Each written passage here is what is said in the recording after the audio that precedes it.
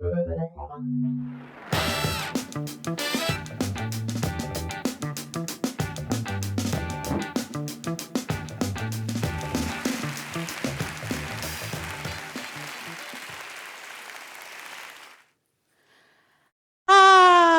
know what the caged bird feels. Alas, when the sun is bright on the upland slopes, and the wind stirs soft through the springing grass, and the rivers flow like a stream of glass, and the first bird sings, and the first bud opes, and its faint perfume on its chalice steals. I know what the caged bird feels. I know why the caged bird beats his wings until his blood is red on the cruel bars. For he must fly back to its perch and cling to upwards, to heaven he flings. I know why the caged bird sings.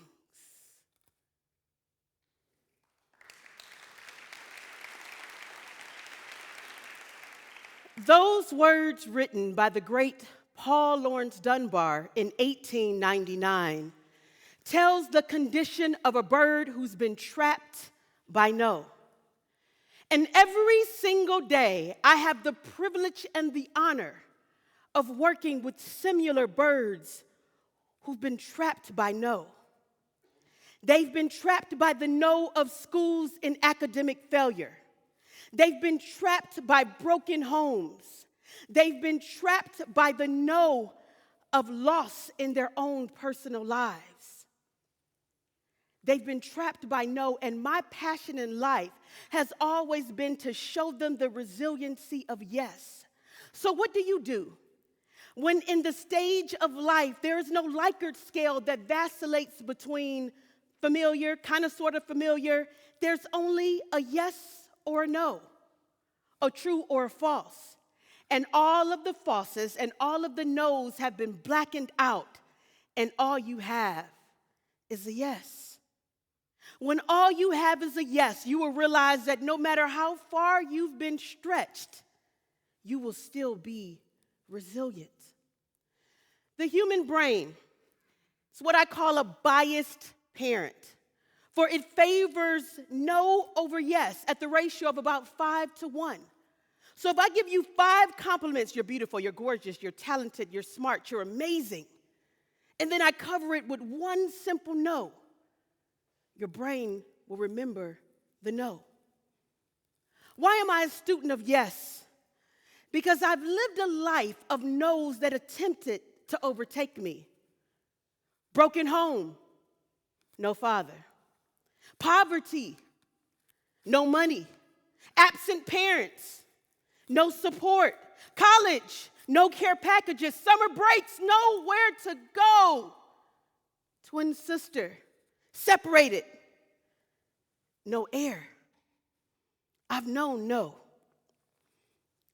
And so my greatest resiliency, my greatest lesson of yes, is a group that I founded 13 years ago called the Distinguished Gentlemen of Spoken Word. These young men hail from high-risk environments that are riddled with gang violence, abandoned homes, and poverty. And yet every single day they trust me to use the power of the pen to excel over all the ills that we find in the community. So what do we do when we're faced with this great challenge of a yes? 2015, we're invited to Paris, France. Now, we've performed at Severance Hall, every year at the Rock and Roll Hall of Fame, colleges, universities, for the FBI. We perform a lot, but this is Paris. And none of the young people have been on a flight before. We have no passports. This is Paris, and we need $70,000 to make this a reality. The Cleveland Plain Dealer prints this story on the front page. And overnight, Northeast Ohioans answered the call. What amazed me was not the checks that came in by the bucket loads. We went to sleep on a Saturday night with $5 in the bank, literally, and woke up on a Sunday morning with $50,000 in the bank from strangers. And the letters came pouring in, and they said things like this: my son died from cancer, and he will never get the opportunity to see the Eiffel Tower. You guys go and be his voice. And for each person who wrote me a letter, I hand wrote every single person back and thanked them that they cared enough about our no's that they would buy into the concept of our yes. And together we were able to travel to the Louvre and to the Eiffel Tower and to the Arc de Triomphe and show these young men a world that was so far outside of everything that they had seen. But before we got there, there were a lot of things that were fighting against our going there. So I have a few examples of some of the no's that attempted to stop us. The first one, the young man comes up to me and he says, Miss Honey, I accept the fact that I will not be able to travel with my brothers to Paris. I accept it. And I looked at this young man who had already fought and travailed against so many unfair no's in his life.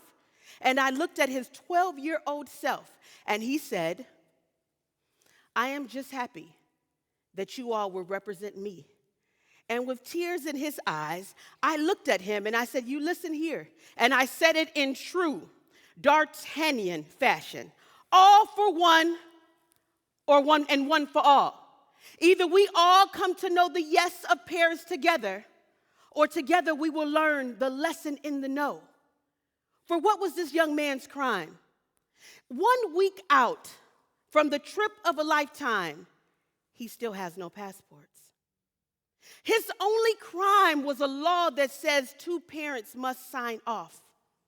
First application, no. Second application, no. Third application, no.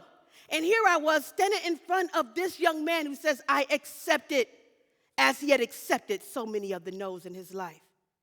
His only crime, having an incarcerated father in another state in solitary confinement. I look at him and I say, listen, if I have to go to prison in another state and meet the warden, Lord, please don't let me have to go to prison in another state and meet the warden. If I have to go to prison in another state, then that is what I am going to do. And when I get there, I'm going to tell the warden and your father what an amazing young man you are. But son, there is no. There's only the resiliency and possibility of yes. Second story, in preparing for Paris, I partnered with the pediatrician and asked her, give them all a once-over. I don't want any surprises on the plane. I don't want any surprises at all. Not on my watch. With the one particular young man, she said something, honey, but I'm not quite sure what the something is. I'll follow up when you all return. He goes, he's the one who's sitting, who I laughed at because I laughed a little. He was really, really crying, and I thought he was joking in one of the churches lighting a candle. I laughed at him, and then the following day, upon seeing the Louvre, tears are coming down my face, and now they're all laughing at me. Same young man who had this great journey comes back to Cleveland. Miss Honey, something doesn't feel right. Rush to Rainbow's Babies and Children's Hospital, biopsied. The doctor comes back and tells us what no parent or community parent ever wants to hear. Cancer. And as he looked at me, he asked in that same similar voice, Miss Honey, I'm glad I had the opportunity to see the Eiffel Tower. I may not have had that opportunity again. Will I live? I answered him the same way, son, there is no. There's merely an opportunity for a yes. And my final story of resiliency comes from a young man who's my greatest success story in the 13 years since I started this project. He comes to me and he's sitting on the floor of my office and he says, I've been on Ritalin and Seroquel and Paxo, and I've had all these IEPs and learning disabilities, and I can never really be in a distinguished gentleman because I can't learn like that. I can't think, I can't read, I write all my letters backwards. Teachers think I'm stupid. I see what you all are doing. I would never had an opportunity to quite do that and I say to this young man, there is so much greatness in you that you don't recognize, but I see it. It's so great to the point that the day will come, you will not only be a student of the distinguished gentleman, you'll lead the distinguished gentleman. There's also so much greatness in you that the day will come, I will retire and you will take my place. It's that type of greatness in you. Not only will you learn how to speak and read and be the leader that I know is in you, you will learn to give the words of people like Dr. Martin Luther King Jr. Let us rise up tonight with a greater readiness. Let us stand with a greater determination. And let us move on in these powerful days, these days of challenge to make America what it ought to be. We have the opportunity to make America a better nation. And son, you're so great. Not only Dr. King, but if I asked you to give me the words of Shakespeare, he's in you too. Give me Shakespeare. To be or not to be, that is the question.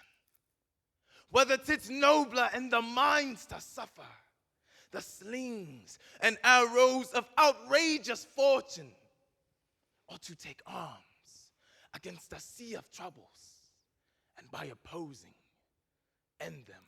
And son, you are not this learning disability. If I asked you to give me the words of the 44th President of the United States, you give me. As you all know, my presidency has always been about change.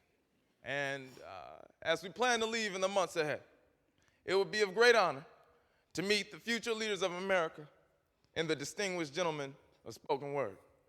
But see, that was almost threatened on one day before traveling to Paris. I am taking this young man home, the same neighborhood that both of us consider home. I pull in front of his house. There is a gunman behind the car. The door opens and he attempts to run to the front door. And I'm screaming to him, let's go, let's go, let's go. No, no, no. And in his attempts to protect me and my need to protect him, see, I understood Paris awaited us. And there can be no right now. You would not die this day, young man. Not before seeing the Eiffel Tower, not before performing at the embassy, not before seeing the Louvre. For there is no. There's only the resiliency of a yes. I know what the caged bird feels. I am the caged bird. Alas, when the sun is bright, on the upland there's slopes, darkness all around me. and the wind stirs soft through the springing grass. No grass grows over concrete. And the rivers flow like a stream of glass. And the first bird sings, and the first bud opes. I sing and his faint perfume on his chalice steals. I know what I am the caged bird feels. I know why the caged bird beats his wings till its blood is red on the cruel bars. For he must fly back to his perch and cling. And when he fain would be on a bough a swing, and the pain still throbs in the old scars. And pulse again with a keener sting. I know why the caged bird beats his wings. I know why the caged bird sings. Me. When his wings is bruised and his bosom is sore. When he beats his wings and only would be free. This is not a carol of joy nor glee, but a prayer that he sings from his heart's deep core, but a plea that upwards to heaven he flings. I know bird why the caged sings. bird sings. There is no. There's only the resiliency of a yes.